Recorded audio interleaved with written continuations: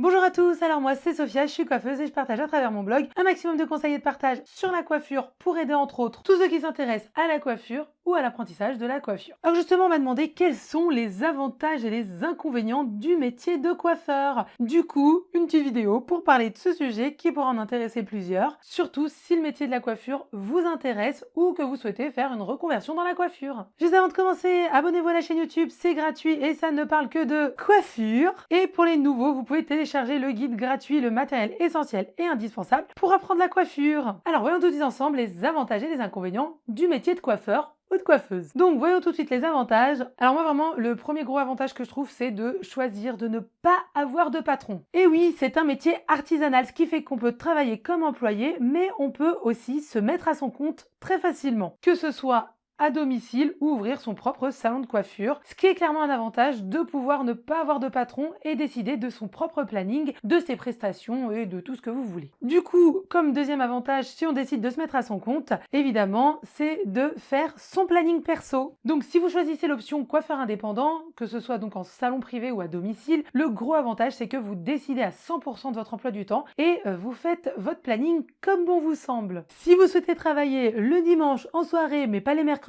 c'est vous qui décidez. Ensuite, voyons les inconvénients à être coiffeur ou coiffeuse. Le premier truc qui me vient à l'esprit, c'est t'es tout le temps debout. Et oui, c'est un métier où on travaille pratiquement tout le temps debout, donc ça peut être fatigant pour certaines personnes, mais si on est de nature dynamique, ça sera pas un problème. Deuxième inconvénient, les positions et les produits. Alors je mets ensemble les produits et les positions tout simplement parce que les deux touchent la santé de notre corps. Et justement dans la coiffure, donc la santé de notre corps est souvent sollicitée. Donc il faut faire très attention à ces positions. Certaines personnes pourraient souffrir par exemple de mal de dos ou de jambes lourdes. Certains coiffeurs peuvent aussi développer des allergies également avec les produits utilisés, donc faire très attention aux produits à forte odeur. Ne pas hésiter à aérer quand vous travaillez et bien ventiler les pièces. Maintenant, on va voir un troisième point. Oui, les points qui peuvent être autant des avantages que des inconvénients, comme par exemple travailler avec la clientèle. Perso, je trouve que c'est quelque chose de très enrichissant et de très sympa, car d'être en contact direct avec la clientèle, il y a vraiment un côté humain que j'aime beaucoup. Vraiment, on peut partager d'excellents moments aussi, des gros fous rires, des bons plans. Ah bah oui, ça c'est super important. Pas mal de clientes partagent de super bons plans, super intéressants. Moi perso, il y a plein de bons plans que j'ai appris par des clientes qui m'ont bien servi, genre resto, vacances, sorties. Donc c'est très important comme point positif.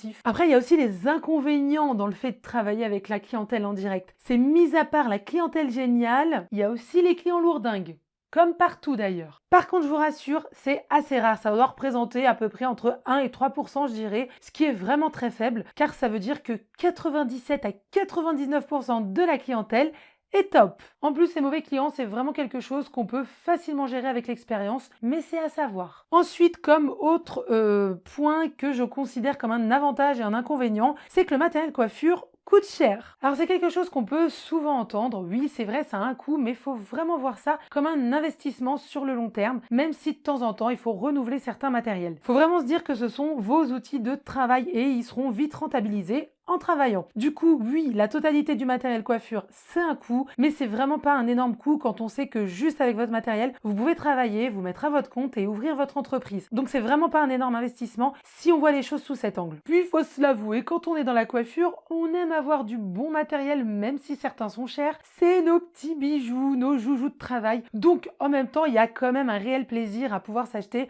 du bon matériel. En fait, il faut juste trouver un équilibre en commençant son apprentissage quand on ne gagne pas encore sa vie avec la coiffure. Donc, acheter du matériel sans se ruiner, puis en gagnant sa vie dans la coiffure, vous pourrez vous permettre de nouveaux petits joujoux sans culpabiliser et aussi parce que vous saurez qu'en quelques rendez-vous, ce sera rentabilisé. Donc, pour conclure tout ça, tous les métiers ont leurs avantages et leurs inconvénients. Le principal est de choisir votre métier parce qu'il vous passionne. Et oui, dans la coiffure, faut aimer embellir et chouchouter les gens, aimer travailler les cheveux et les mettre en valeur. Et quand on aime son métier, on ne voit pas énormément d'inconvénients en fin de compte, même s'il y en a comme tous les métiers.